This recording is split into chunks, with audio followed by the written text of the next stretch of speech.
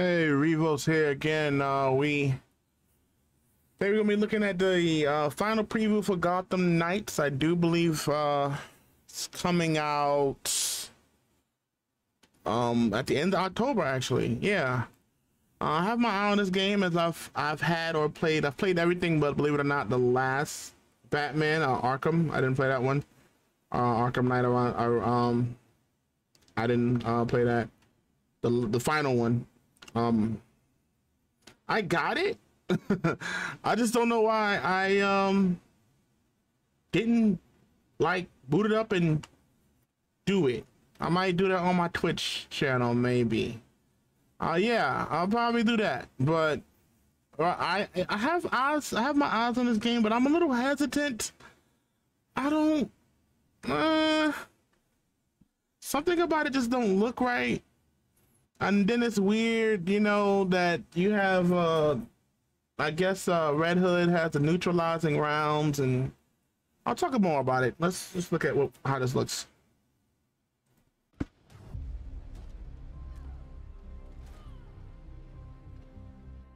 Over the course of our month-long IGN First coverage, we saw a lot about the world and lore of Gotham Knights, the crafting and gear mechanics, the suits and customization options, but there's been one green Riddler-esque question mark surrounding the whole game up to this point. How does it play? Well, I played about 3 hours of it at a recent hands-on event, and the answer is, well, it's complicated. I keep hearing that answer. Is that Gotham Knights is a wildly ambitious effort that feels appropriately massive and dense, to the point where even a heavily guided 3-hour demo felt like just a scratch on the surface.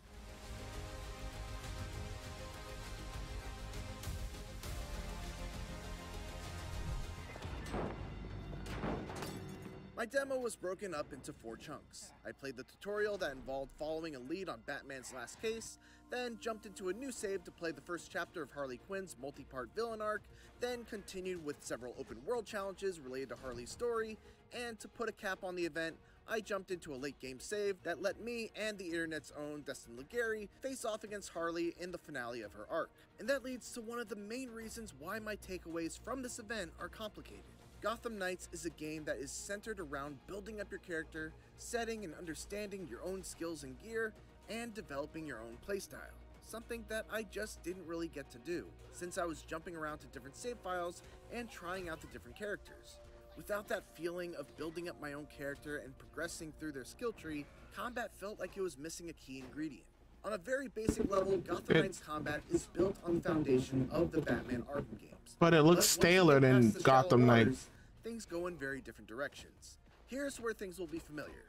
You press the direction and the attack button, and your character gracefully spins, leaps, or slides towards the closest enemy for a quick strike that initiates a combo. Enemies will also telegraph their own attack with an icon that appears over them, giving you plenty of time to dodge out of the way to avoid damage. It's all super smooth, there are a ton of slick animations, and you're even rewarded for timing your button presses as opposed to just button mashing, just like in the Arkham games. And that's it. That's where the comparisons end, because everything else feels very different. Gotham Knights is much more abilities focused, with a meter at the bottom right that governs your ability to use your momentum skills. As you'd imagine, you gain meter by dealing damage and using your dodge to avoid attacks with good timing.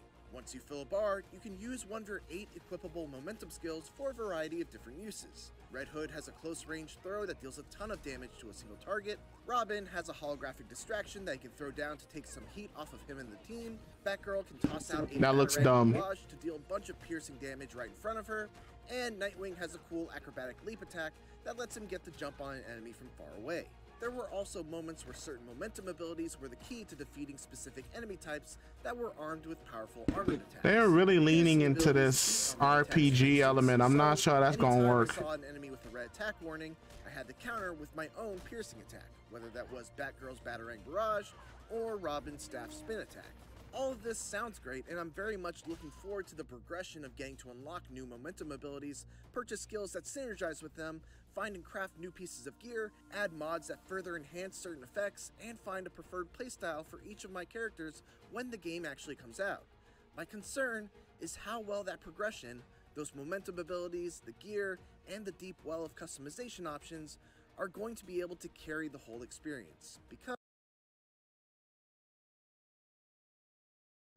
I don't think it's gonna be able to carry it. I think that's why they have that swap out feature. I think they know that it's not deep enough. And it's really relying that you can just swap out if you get tired or stale, and you can keep the points. And you, like, let's say your Red Hood. If you don't know, your Red Hood's like level 16. You swap to Batgirl, she'll already be level 16 if you ain't never used her, and her points, you have the points to allocate. I think they are really relying on that. You'll be able to swap out. It's not like, oh, I really like this, the depth of this character, where you're gonna feel it grow to where you have a favorite and you just stick with that.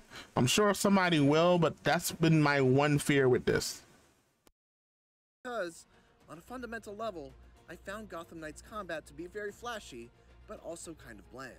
Fights quickly started to feel very routine, with very similar enemies in every encounter, to the point where I felt like I had to mix up my tactics, not because I was being forced to, but just to try to make things a little more interesting.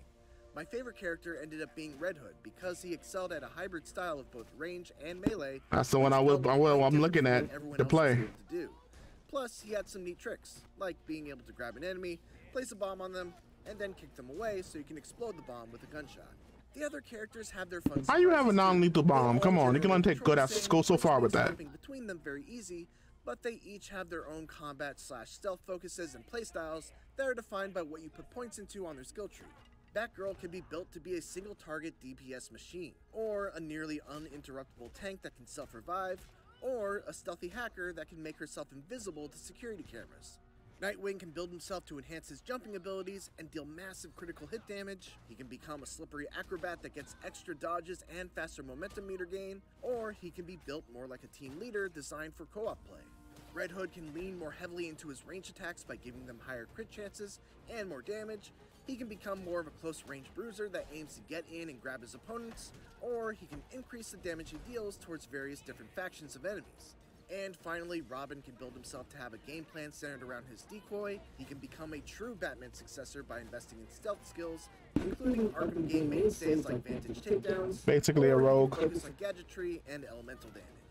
Just by glancing at the skill tree, it's easy to see that there's a lot to get excited about for each character every time you gain skill points.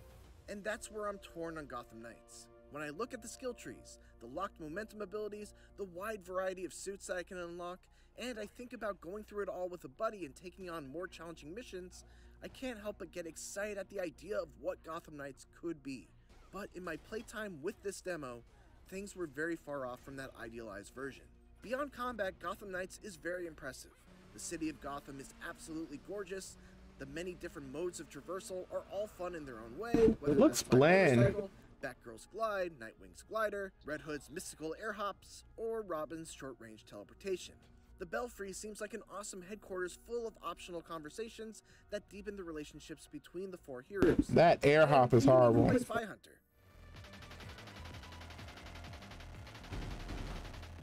And the cooperative play feels extremely well implemented. Since the demo was so focused on the Harley Quinn subplot, I didn't get much of a feel for the overall story of Gotham Knights and how the Court of Owls fits into everything, but I'm very into what I've seen of the characters so far. There are great dynamics between each of them, with the standout for me being between Red Hood and Nightwing. Nightwing's trying his best to step into the role of a leader, while Red Hood finds himself struggling between his thirst for violence and his desire to honor the legacy of Batman.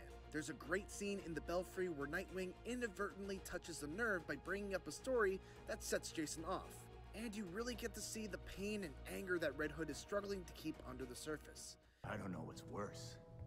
Having a chunk of my life taken away from me, or coming back to everyone thinking I'm gonna snap.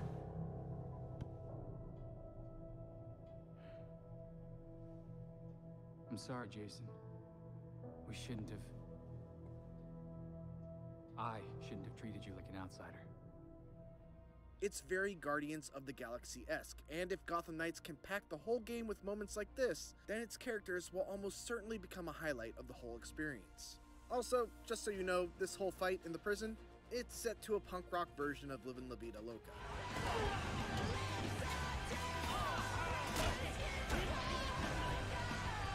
Really?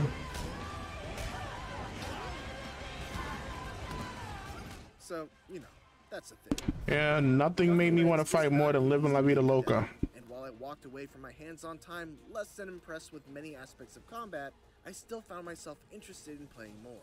We'll see how it all comes together when Gotham Knights releases on PS5, Xbox. So that's it. I don't know. I don't know how to feel about or what to feel about this game. I'm interested in Red Hood, as I said. That's the one character to play, even though he has the most, his kit takes me the most out of this being a Batman game with him just air hopping in the air. I don't know how the Lazarus pit gave him that power, but whatever. This seems like a game where, and a lot of games do this. The Avengers game did this. They want to dip their feet in the RPG water, but they don't want to fully get into the RPG water. This is more RPG than this is actually, I think, actually completely RPG compared to the other of the Batman series, right? You got gear and you increasing your crit chance, increasing heal, making them tanks. That's all RPG talk. So, but it seemed like they wanted to try to do that, and then they wanted to keep it as like Gotham.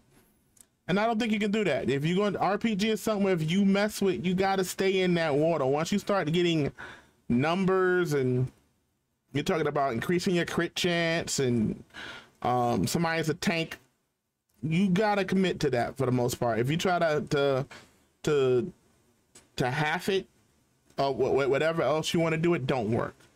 I'm gonna keep my eyes on this game. This is not gonna be a day one at all for me. I'm not even sure if I'm still kind of up in the wall about it. But let me know what you think in the comments below. Please like, comment, and subscribe. Again, this is Kid Revo. Say you have a nice day.